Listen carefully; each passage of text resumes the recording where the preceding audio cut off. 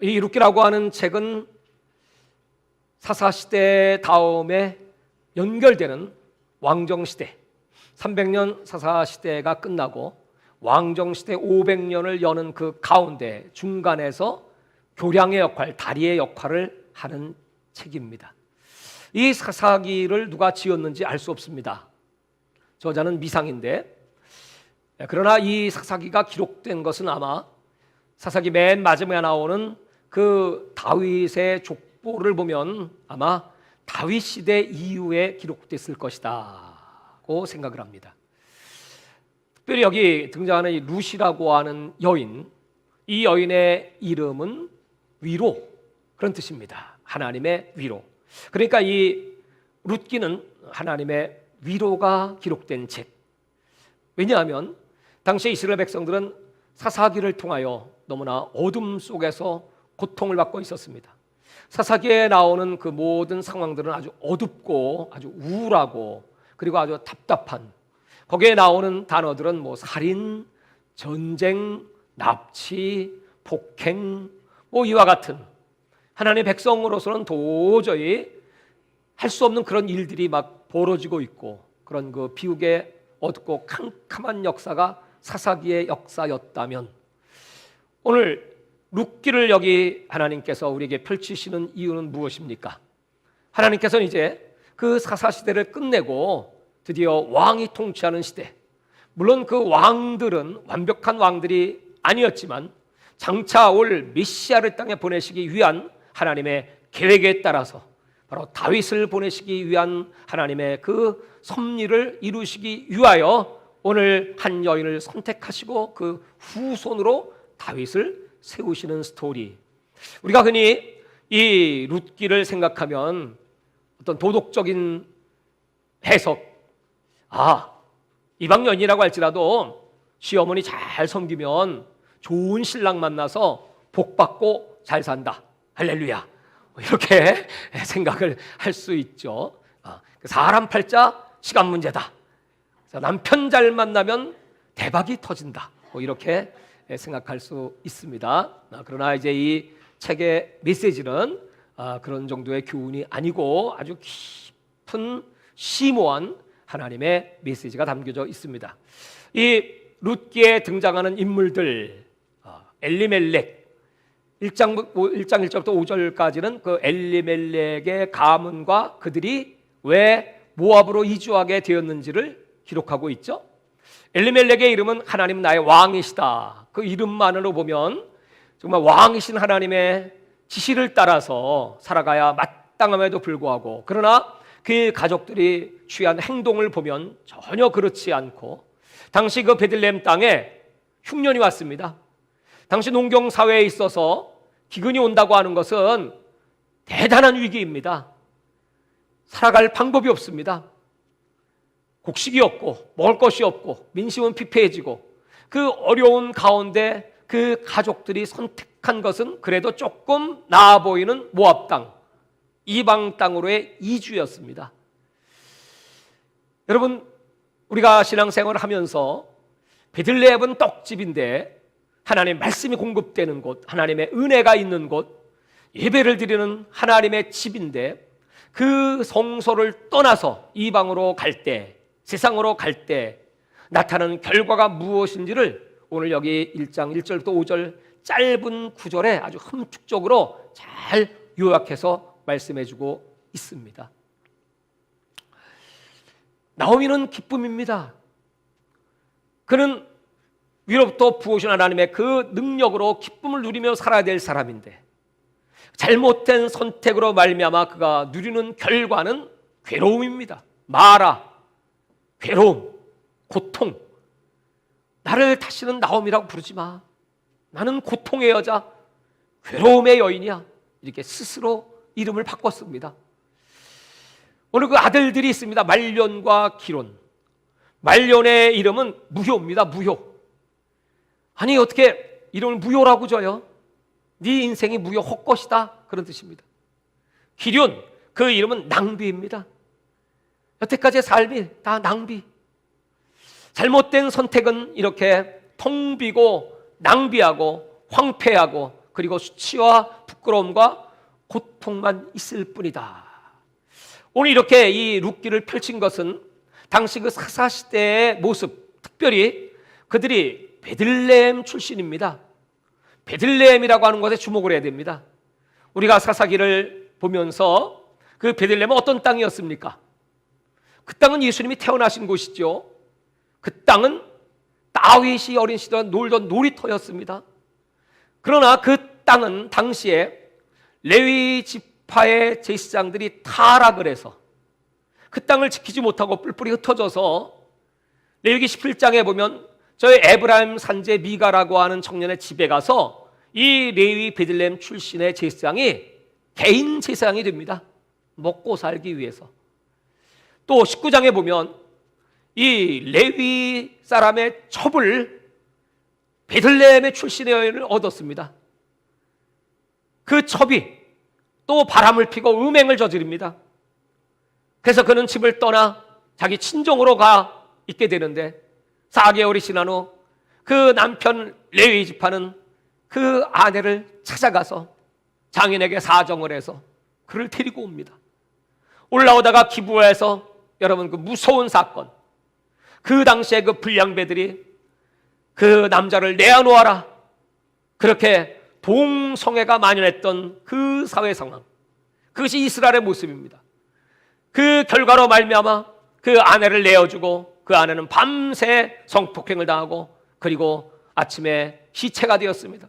그리하여 그는 그 시체를 12조각을 내서 11지파에게 보냈고 11지파는 분노하여 그렇게 악행을 한 베냐민 지파를 멸절시키게 됩니다. 25,000명이 죽고 단 600명이 남는 그런 비극의 역사, 베들레헴. 그러니까 여기 1장은 그때 당시에 그 이스라엘의 영적 상황을 한마디로 딱 압축해서 기록을 했고, 그 결과로 말미암아 베들레헴을 떠나면, 다시 말해서 하나님의 은혜를 떠나면, 하나님의 떡집, 말씀이 있는 하나님의 은혜가 있는 그 하나님의 사랑의 품안을 떠나면 말년과 기련의 역사, 엘리멜렉 이름만 하나님은 나의 왕이지, 결국 10년 만에 그 남편도 두 아들도 다 그 모압 땅에서 죽습니다. 여러분, 모압이라고 하는 곳은 어떤 곳입니까? 그 땅은 창세기 19장에 소돔과 고모라에서 구원받은 롯입니다. 이 롯이 도망을 가다가 그 아내는 뒤를 돌아보고 송기둥이 되고, 두 딸들은 자손을 번식하기 위하여 그 아비에게 술을 먹이고 동침하여 낳은 자식이 모압과 암몬 족속이니 저주받은 자식들, 또 모압 저주받은 땅. 민수기에 보면 이스라엘 백성들이 그 모압 땅에서 우상을 숭배하고 모압 여인들과 행음하다가 하나님의 진노를 받고 멸망당한 땅. 아니, 왜 그런 땅으로 갑니까? 눈으로 보기에는 그 땅이 아주 멋있어 보이고 풍요로워 보이고 그렇게 보였을지 몰라요. 여러분, 우리가 신앙생활하면서 육신의 생각은 사망, 영의 생각, 생명과 평안이다. 우리는 여러분 끝까지 지금 나에게 기근이 오고 지금 나에게 위기가 오고 어려움이 있어도 우리는 하나님의 그 약속의 말씀을 꽉 붙잡고, 이 기근은 하나님의 징계입니다. 그 징계는 회개하면 용서받습니다. 용서받으면 다시 풍요가 오는 법입니다. 그러므로 여러분, 신앙생활 하시다가 교회 안에 이런 일 저런 일이 있다고 할지라도 여러분, 하나님께서 이렇게 우리에게 부어주시는 이 축복의 약속의 말씀을 꽉 붙잡고 내가 죽도록 충성하라. 그리하면 생명의 면류관을 내게 주리라. 그래서 이 교회는 참으로 소중한 생명의 공동체입니다. 오늘 그런 비극의 역사 속에 오늘 읽었던 1장 6절 이하의 이 말씀은 드디어 이 나오미가 그 고통 속에서 두 며느리를 불러놓고 마지막으로 유언하듯이 말하는 것입니다. 얘들아, 너희들이 어떻게 나를 따라오겠다고 말하느냐? 내가 가는 길 험난한 길이다. 너희들이 아직 나이가 젊은데 너희들도 앞으로 삶을 개척하고 살아나갈 생각을 해야지. 아니, 내가 무슨 아들을 또 낳을 수가 있겠느냐? 그 아들을 낳았다고 쳐. 그렇다면 그 아들들이 자라서 언제 너희들의 신랑이 되겠느냐? 그건 불가능한 일이야. 그러므로 돌아가라. 오늘 여기 이 두 며느리, 첫째인 오르바와 둘째인 룻은 이방 여인이지만 정말 마음이 착한 여인들이었습니다. 이 룻기를 보면서 느끼는 것은 사사기에는 악한 자들이 많이 등장하지만 룻기에는 한 사람도 악한 자가 없습니다. 물론 보아스는 말할 것도 없고 거기에 성문 안에 모인 사람들도 그렇고 또 이 등장 인물들은 전부 선한 마음을 가졌어요. 이방 여인으로서 어떻게 그 어머니를 따라서 그 낯선 곳에 가서 살겠다고 따라 나옵니까? 오늘 어머니가 그렇게 만류함에도 불구하고 두 사람은 공통적으로 아닙니다. 우리는 끝까지 어머니를 따라가겠습니다. 그러나 이제 계속해서 만류하는 그 나오미에 의해서 이 첫째 며느리 오르바는 어머니에게 입 맞추고 말은 어머니 어쩔 수 없군요. 그리고 그는 자기 길로 갔고. 근데 오늘 여기 스포트라이트는 바로 룻입니다.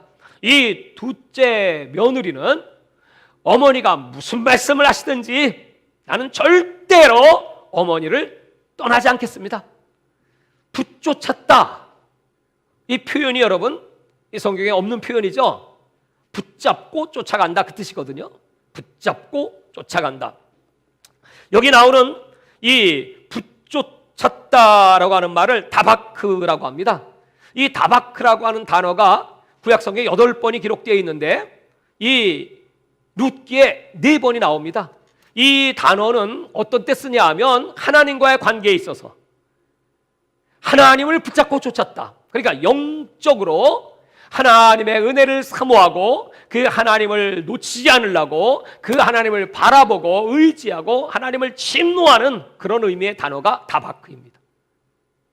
그러니까 오늘 여기 룻은 얼마나 영적인 사람인지 이 때가 모압에 간 지 10년 정도 됐다고 기록되어 있죠. 10년.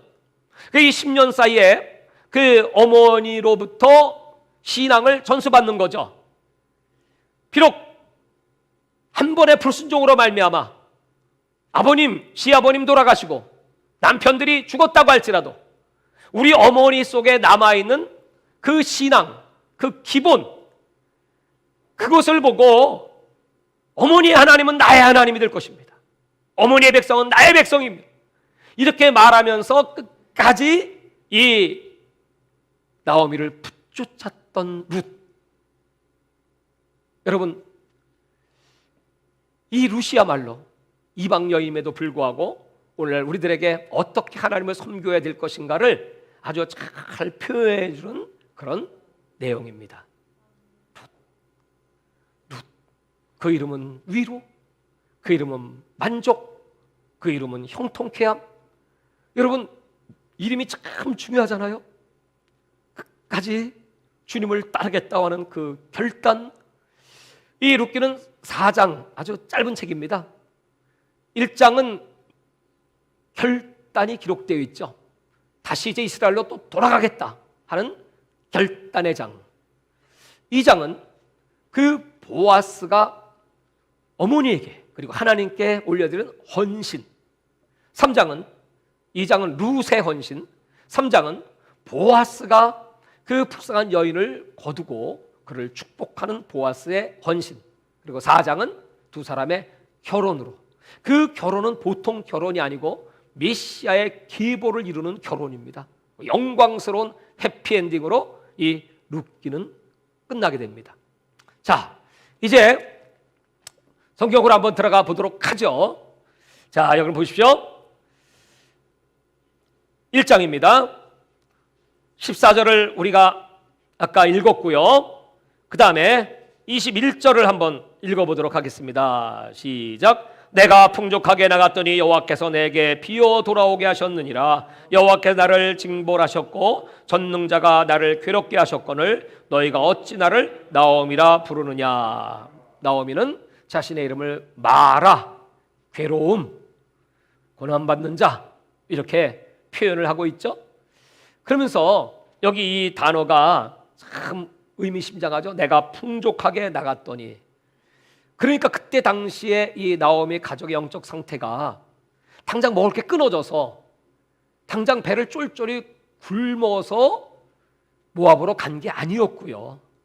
그냥 걱정이 많아서 아직은 내가 쓸 돈도 있고요. 아직은 살 수 있는 풍족함이 있음에도 불구하고 율법에 의하면 그런 어려움을 당할 때 내가 있다면 여러분 이웃에게 손을 펼쳐서 나눠 먹어야 되거든요.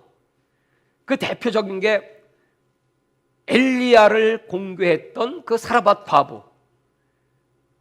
오늘 먹고 죽을 수밖에 없는 그 밀가루 조금 기름 조금인데 그 주의 종이 펼친 손을 외면치 아니하고 그것을 나누어서 공개하였더니 하나님 3년 6개월 그 가정에 양식이 떨어지지 않게 풍성한 공급을 해주셨죠.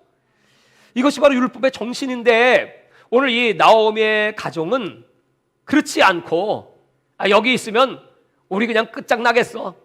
그나마 요 남은 것이라도 갖고 그래도 아직은 먹을 양식이 조금 있는 저 모압으로 가자고 갔던 겁니다.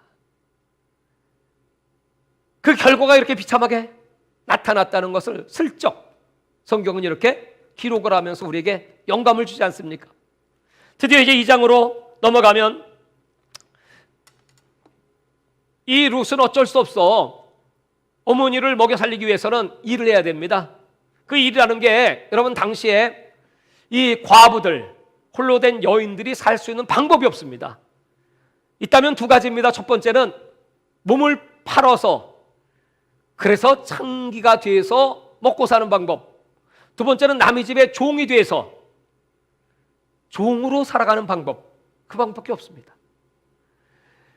이제 이 룻은 당장 먹기 위해서 그 농사 지은 그 타작마당에 가서 혹시라도 떨어져 있을지 모르는 그 곡식, 그것을 찾습니다. 근데 이 성경은 이 룻이 간 곳이 우연히 간 곳이 보아스라는 사람의 밭이었는데 이 룻기는 에스더서와 함께 딱 여자가 주인공인 책이잖아요. 근데 여자가 주인공인 이 책의 특징이 있습니다. 둘 다 우연히 강조됩니다. 우연히 밭에 갔다, 우연히 저 에스더서에는 왕이 역대일기를 읽다가 자기에게 공을 세운 사람을 생각했다. 전부 우연한 것 같은데 이게 우연이 아니고 필연이다.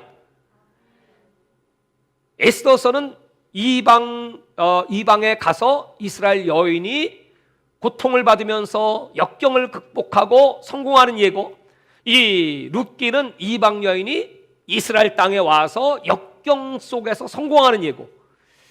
그래서 둘 다 그 사건이 하나님은 전면에 드러나지 않고 다 뒤에 이렇게 숨어 계시고 사람을 통하여, 근데 그 사람들의 하는 일들이 다 우연인 것 같은데 결정적인 필연이 기록되어 있는 책. 오늘 여러분 하나님께서 내가 하나님께 돌아가리라, 내가 회개하고 하나님을 찾으리라, 내가 은혜를 다시 구하리라, 그렇게 우리가 마음만 먹고 우리가 움직일 때 여러분 우리 발걸음을 인도하시는 분이 하나님이십니다. 오늘 이렇게 보아스의 밭으로 인도를 받고 그 룻이 이삭을 줍고자 할 때 그 광경을 보아스는 묵묵히 바라봅니다. 모르는 줄 알았더니 이미 알고 있었어요. 소문에 들어서 알고 있었어요. 저 이방에서 나오미와 그 며느리가 왔다더라. 그들이 먹을 것이 없어서 이 밭에, 내 밭에 왔으니 그 소년들에게, 일꾼들에게 얘기합니다. 얘들아, 일부러 저 불쌍한 여인 앞에 먹을 곡식들을 떨어뜨려 놓아라. 싹싹 거두지 말아라. 그리고 그 여인을 절대로 괴롭히지 말아라. 그 말은 뭐냐면 넘보지 말아라. 혼자 산다고 할지라도 뭐 여러분 젊은 과부가 왔으니까 뭐 베레벨 사람들이 다 눈독을 들이지 않겠습니까? 그러면서 이렇게 이 보아스는 그 여인을 보호해 줍니다. 이 룻의 어머니에게 얘기를 합니다. 내가 갔던 그 밭이 보아스의 밭이라고 하더이다. 그 어머니는 그때 생각을 합니다. 보아스는 우리의 기업을 물을 우리의 친족이다. 기업 물음이라는 단어가 나옵니다. 우리 생소한 단어이지만 그건 뭐냐 하면 이스라엘 백성들에게 하나님은 율법을 주실 때 그 율법의 정신이 뭐냐 하면 어떤 사람이 망했습니다. 사업하다 망했던, 땅을 팔았던, 그러면 그 친척들이 그 땅을 보호해 주는 것입니다. 자기가 사서 그 땅을 보호해 주고, 또 어떤 사람이 실수로 고의로 사람을 죽였든지 죄를 짓게 되었습니다. 그럴 때 그를 피하게 해주고 그를 품어주고, 또 과부가 되었습니다. 그렇다면 그 과부가 어떻게 혼자 살 수가 있습니까? 그러므로 그 친족 중에 순서대로 그 여인을 취할 수 있는 권리, 그래서 그 여자는 자기 애가 아니고 내가 낳지만은 그 가문의 씨를 잇기 위하여, 가문의 씨를 잇기 위하여 자식을 낳을 수 있는 그런 권리를 줍니다.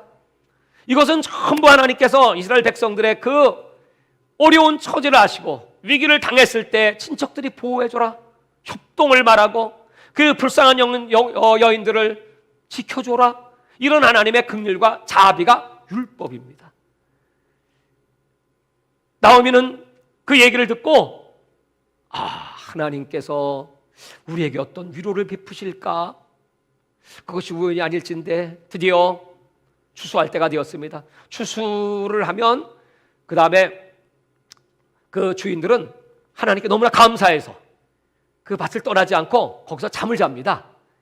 그래서 이제 두툼한 옷을 걸치고, 또 혹시라도 도둑놈이 와가지고 추수더미 가지고 도망갈 수도 있으니까, 그래서 기쁜 마음으로 이렇게 추수를 풍성하게 해주신 거 감사합니다 하면서 그 보아스가 그 타작마당에서 잠을 자게 됩니다.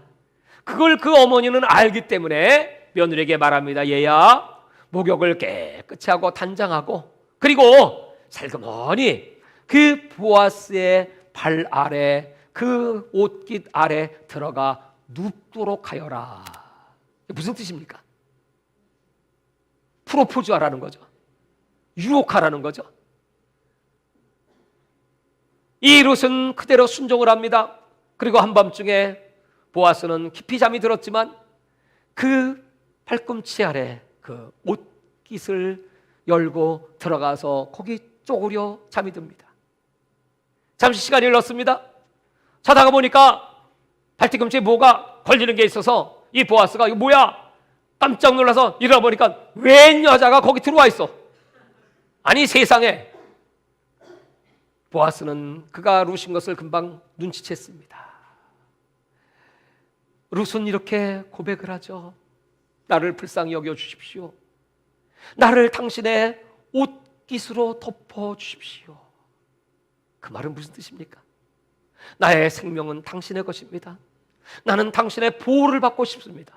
나는 외롭고 쓸쓸한 여인입니다. 나를 홀로 두지 마십시오. 당신은 우리 가문의 기업을 물을 권리가 있으신 분이십니다. 그 말은 우리 기업을 당신이 물어주시고, 그리고 나를 아내로 삼아주시고, 그래서 우리 가문의 아들을 낳아주시고, 이런 청혼이기도 합니다. 여러분, 그 말을 들은 보아스, 오늘 여기 이 장면은 우리가 꼭 읽어야 합니다. 3장을 다 같이 펼쳐보시기 바랍니다. 3장 9절입니다. 이르되 내가 누구냐 하니 대답하되 나는 당신의 여종 루시오니 당신의 옷자락을 펴 당신의 여종을 덮으소서. 이는 당신의 기업 물을 자가 되미니이다 하니. 10절을 다 같이 읽겠습니다. 시작. 그가 이르되 내 딸아 여호와께서 내게 복 주시기를 원하노라. 내가 가난하건 부하건 젊은 자를 따르지 아니하였으니 내가 베푼 인애가 처음보다 나중이 더하도다. 하나님은 이 보아스의 마음을 감동시키셨고 그를 불쌍히 여기게 하셨고, 그리고 그 청을 받아줍니다. 여기 기록된 이 옷자락이라고 하는 말을 카나프라고 합니다. 오늘 이 룻이 그 보아스의 옷자락 아래 들어간 것은 어떤 의미가 있을까요? 이 카나프라는 단어가 그 앞장에 2장 12절을 보시기 바랍니다.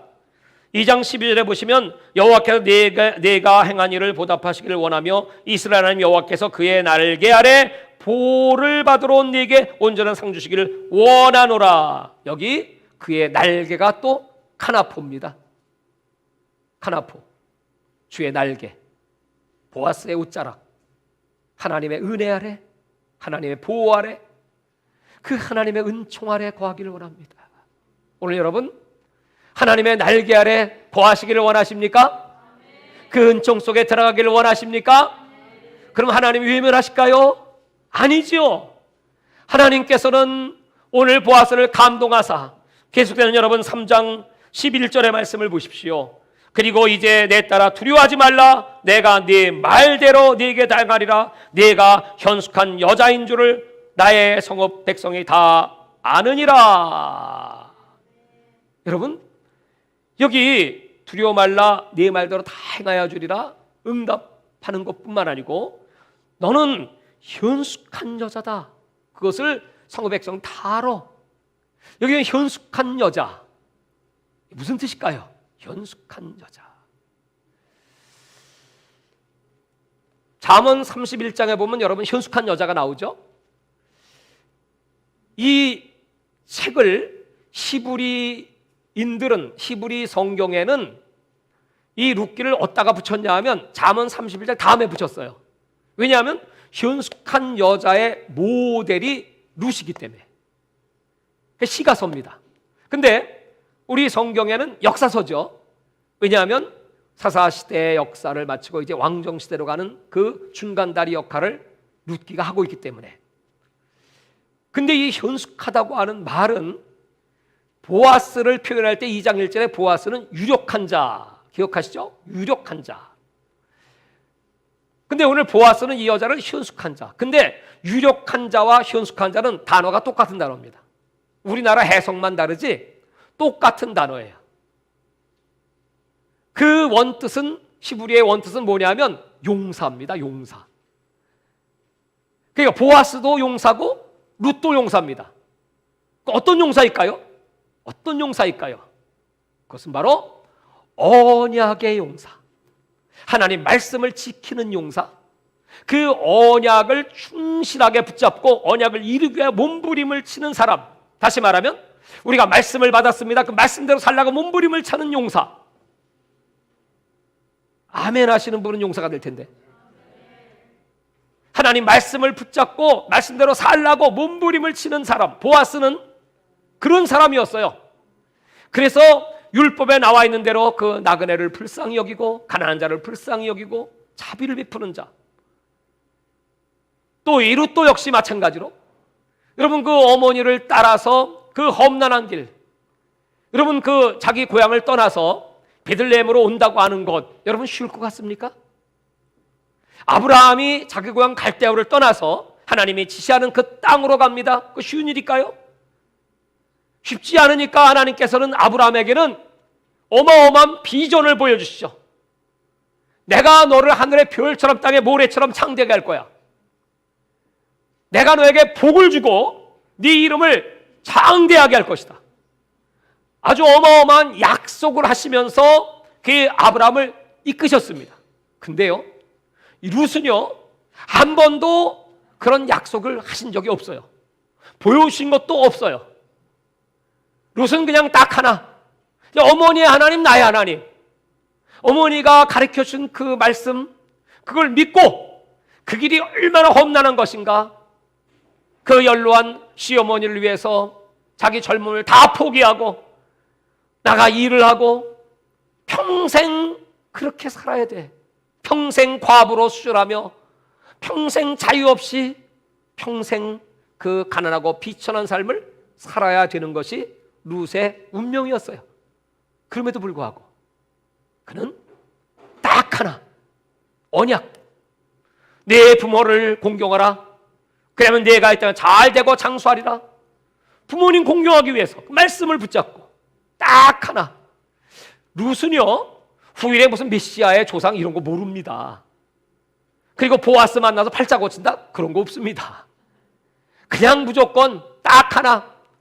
어머니 하나님, 나는 잘 몰라도요 그 하나님은 분명히 살아계신 하나님, 그 하나님 어머니의 기도를 들으시는 하나님. 여러분 오늘 이런 기적이 지금 열리기 시작하는 것은 그 비결이 뭘까요? 나오미가 그런 위기 속에서 잊어버리지 않은 것이 딱 하나 있어. 그게 뭐냐면 기도입니다. 기도. 끊임없이 나오미는 고통 속에서도 기도합니다. 탄식하면서도 기도합니다. 여러분, 지금 우리들이 이렇게 힘들고 어려운 세상 속에서 탄식하며 날마다 올려드는 그 기도요, 절대로 헛되지 않습니다. 하나님은 그 기도 다 듣고 계십니다.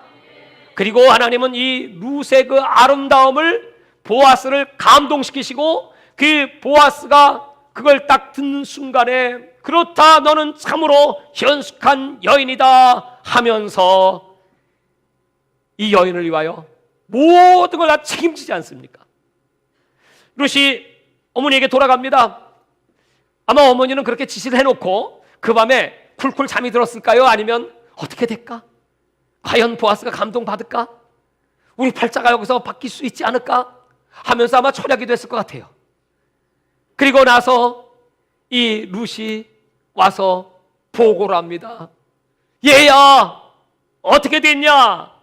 뭐라고 대답했을까요? 어머니, 대박! 대박 터졌어. 그렇잖아요. 그래, 드디어 하나님께서 우리의 기도를 들어주시고 우리에게 새로운 역사를 펼치시는구나 하면서 이 유명한 얘기, 여러분 3장 18절입니다.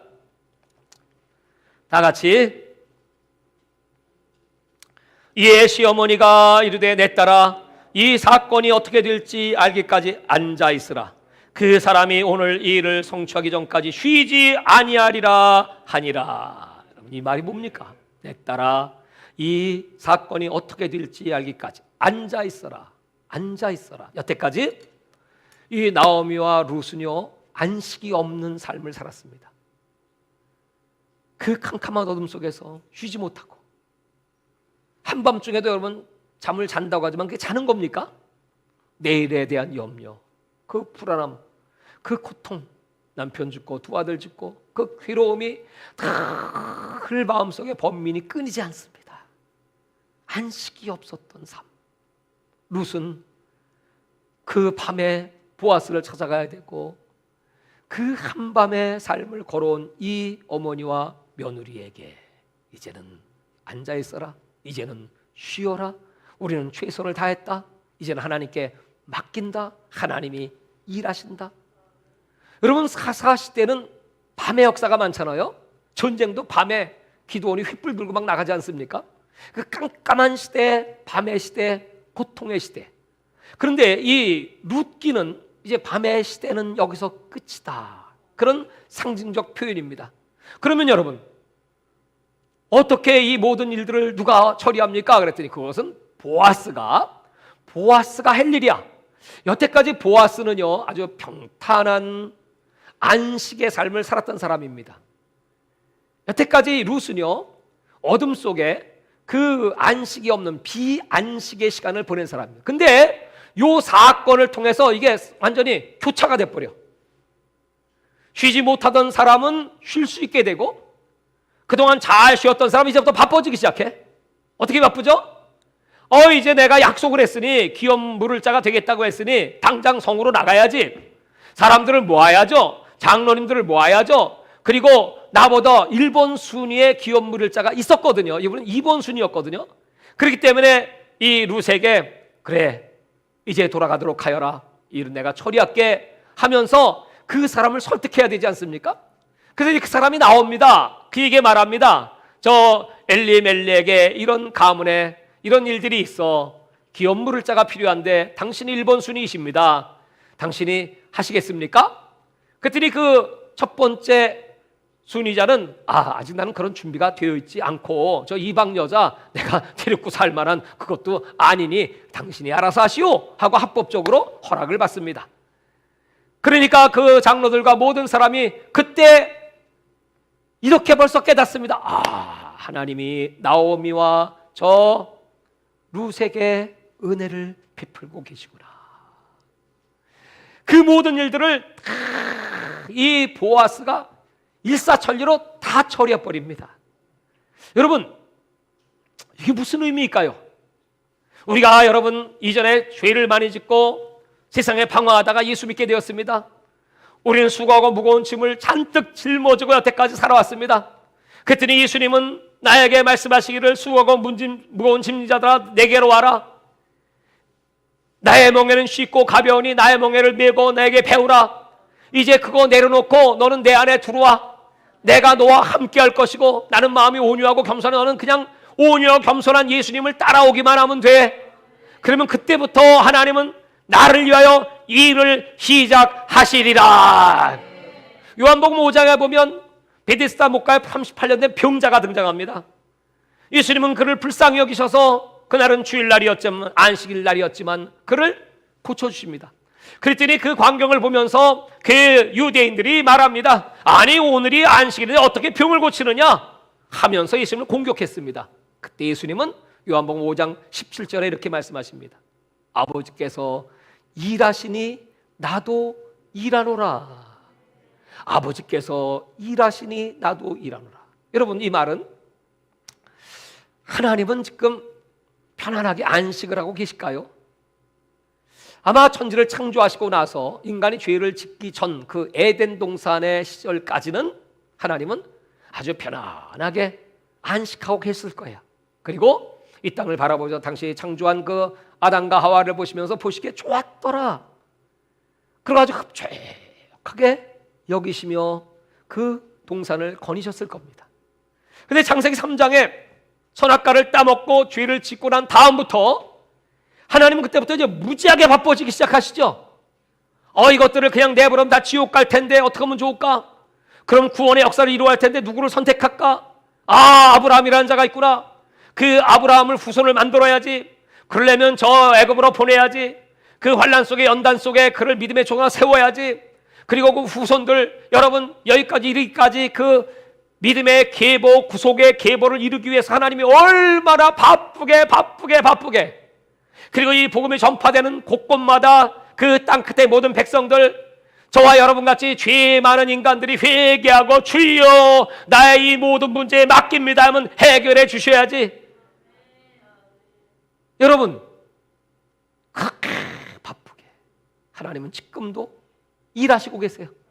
예수님은 지금도 쉬지 않고 저와 여러분을 위하여 기도하고 계세요. 말할 수 없는 탄식으로 성령은 우리를 위하여 기도하고 계시고 일하고 계신 하나님. 여러분 이 책은요 오순절날 읽습니다. 오순절은 맥주절입니다. 맥주절. 그때는 꼭 이 룻기를 읽습니다. 왜 그럴까요? 이 룻기라고 하는 책은 이스라엘 백성들에게 있어서 그런 위기 속의 안식, 이제 하나님께 모든 걸 맡깁니다. 내 인생을 맡깁니다.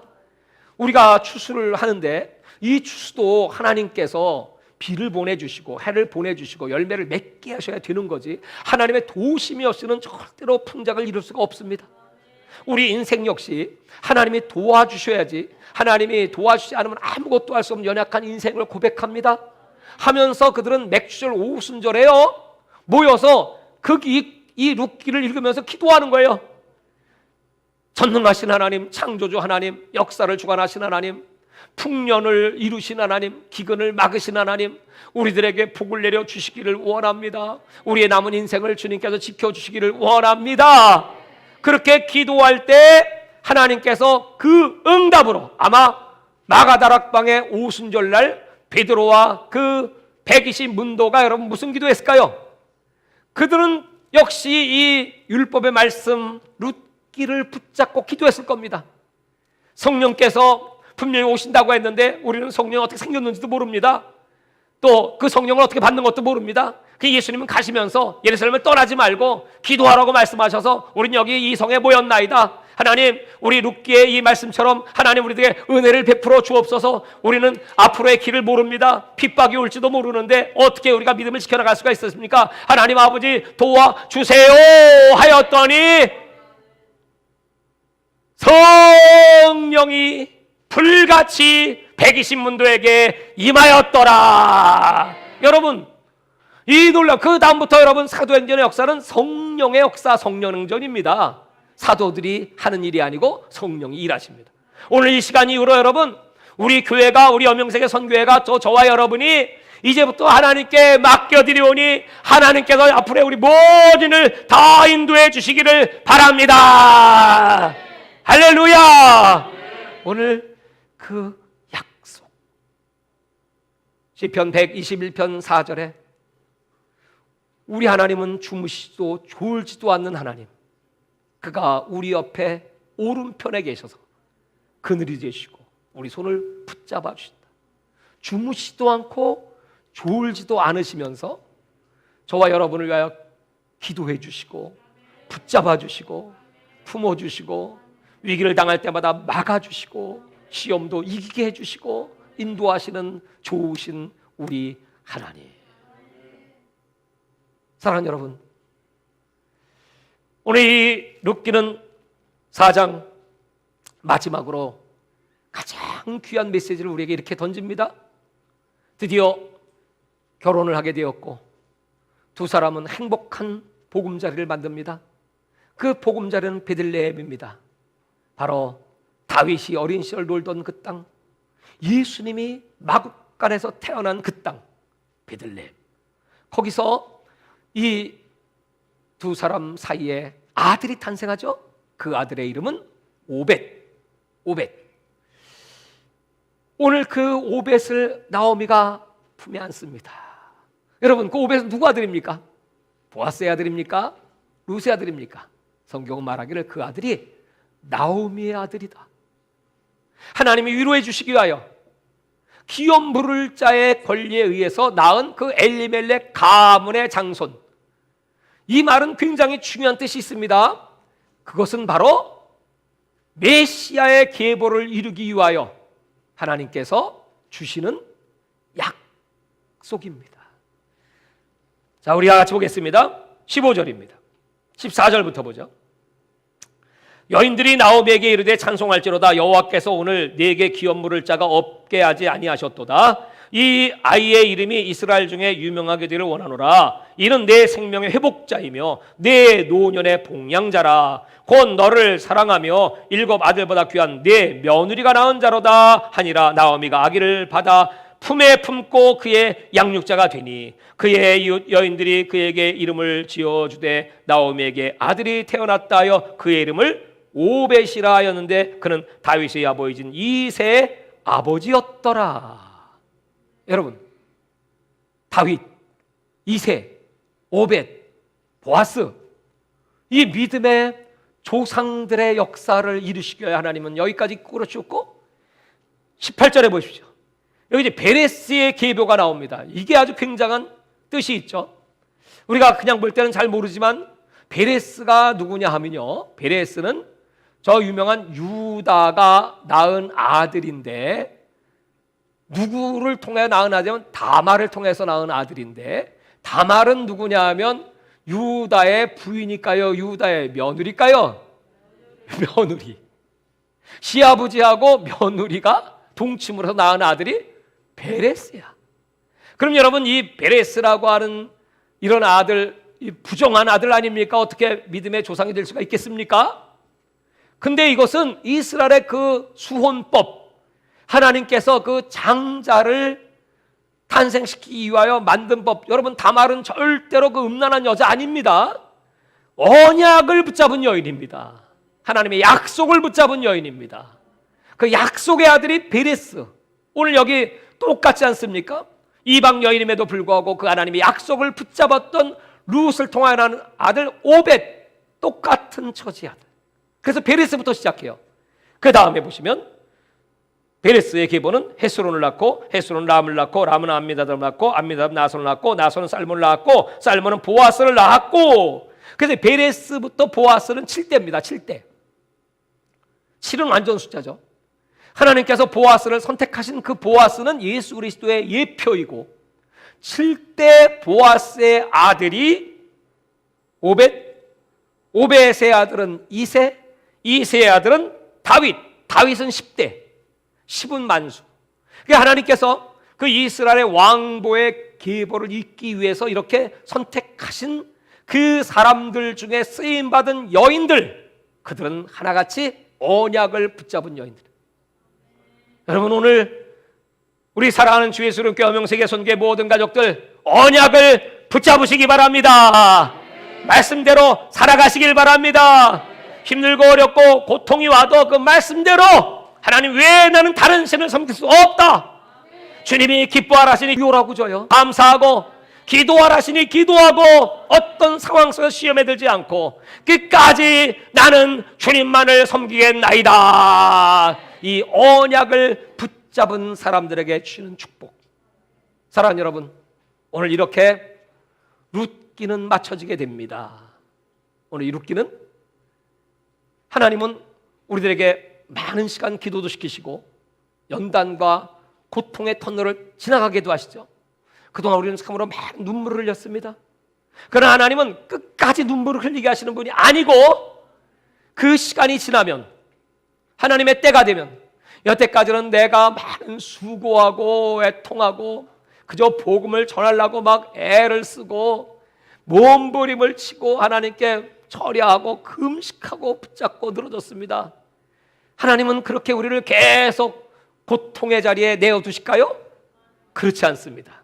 하나님은 오늘 룻에게 나오미에게 주셨던 축복과 같이 오늘 텅텅 빈 자에게 가득 차는 풍성한 축복을 주시고 오늘 이런 약한 자, 이런 천대받는 자를 유명한 자의 계보에 들어가게 하여 주시고 우리 하나님은 이렇게 처절하게 망한 것 같지만은 예비하신 사람, 예비하신 기적을 통하여 다시 일으키셔서 영광을 받으시는, 그것도 여러분 이방 여인이 메시아 조상의 가보의 이름이 떡 기록되어 있는 마태복음 1장에 이름들이 다 기록되어 있고 거기에는 여러분 5명의 여자가 있지 않습니까?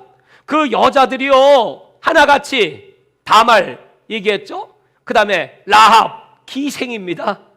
이방 여인. 그 다음에 저 밧세바, 그 여자도 역시 우리아의 아내인데 바람을 피워가지고 다윗과 함께 바람을 피워 솔로몬을 낳은 여자, 온전치 못한 여자들입니다. 그리고 여러분 마리아, 이 마리아는 온전했을까요? 마리아가 여러분 성령의 계시를 받고 잉태할 때가 나이가 9살 내지 12살이랍니다 9살에 많으면 10살, 작으면 9살, 10살이라고 쳐. 10살 먹은 아이에게 천사가 나타나서 얘야 내 태를 좀 빌려줘야 되겠다. 뭐 하시려고요? 아들을 낳으려니 이름을 예수라 할 것이다. 아니 그건 뭔 말씀? 그러고 쑥 들어오시는 거예요. 주의 계집종이 오니 말씀대로 이루어지리이다. 쑥 들어오더니 여러분 10살 먹은 애가 임신했네. 사람들이 다 쳐다보네. 얼렐레 저 쬐끄만 게 어디 가서 임신을 해가지고 저렇게 배가 남산만 해갖고 돌아다니단 말이야. 여러분 그 모멸과 사람들에게 저 그 손가락질, 그 멸시, 천대 상상이나 됐겠어요? 상상할 수 없습니다, 여러분. 물론 그 남편인 요셉에게 하나님이 현명하시고 계시하사 그가 그를 보호해 주었지만, 아니 사람들이 성령의 잉태를 믿어요? 저 요셉은 미친놈이지. 저런 여자를 데리고 산다고 하니 그걸 다 참고 인내하면서 그 마리아는 딱 하나 언약을 붙잡은 거야. 하나님의 약속을 붙잡은 거야. 마리아는 그냥 되는 게 아니죠. 오늘 여러분 이 하나님의 약속의 말씀을 꽉 붙잡으시기를 바랍니다. 우리에게는 천국이 보장되어 있습니다. 뿐만 아니라 이 땅에서 하나님이 때가 되면 이렇게 이 룻처럼 높이 들어 영광을 받으시는 기적의 주인공이 되시기를 바랍니다. 오늘 우리가 기도할 때 하나님은 우리 주 예수님께 여러분 15주년입니다. 원래 2월 18일 날 우리가 창립 예배를 여기서 드렸습니다. 오늘 2월 21일입니다. 15주년.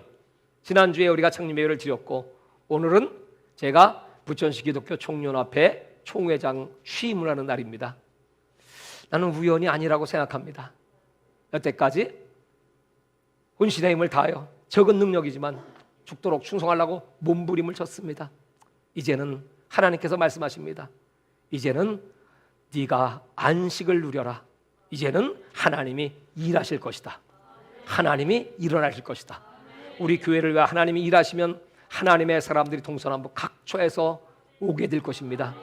하나님이 여러분들의 수고와 애통과 눈물과 헌신을 보시고 이제 여러분들에게 룻 같은 축복을 내려 주실 것입니다.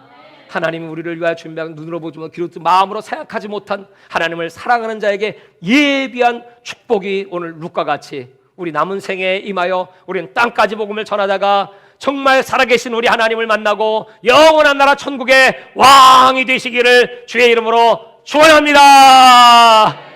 하나님 아버지, 오늘 말씀에 의지하여 우리 기도합니다. 오늘 언약의 용사였던 룻, 언약의 용사였던 다말, 언약의 용사였던 라헬, 언약의 용사였던 마리아, 아버지, 이렇게 하나님은 연약한 여인들을 들어 예수님의 계보를 이루셨습니다. 필라델피아 교회같이 작고 부족한 우리 주 예수님 교회를 통하여 하나님은 이제 새로운 역사를 시작하시기를 원하십니다. 이제부터는 내가 일하리라. 보아스를 앞장 세우시는 것처럼 성령께서 친히 우리 앞에 우리의 길을 이끌어 주시고 우리 성도들을 어루만져 위로해 주시고 보혈로 덮어 이 모든 재앙들이 얼씬도 못하게 하여 주시고 주님 재림의 그날까지 우리 주님과 동행하며 주님의 그 놀라운 기적의 역사를 눈으로보며 살아계신 하나님을 찬양하며 많은 영혼을 주 앞으로 인도하여 하늘의 별처럼 빛나는 복을 내려 주시옵소서. 주여 삼차하고 통성으로 기도합니다. 주여, 주여, 주여. 할렐루야, 할렐루야, 할렐루야.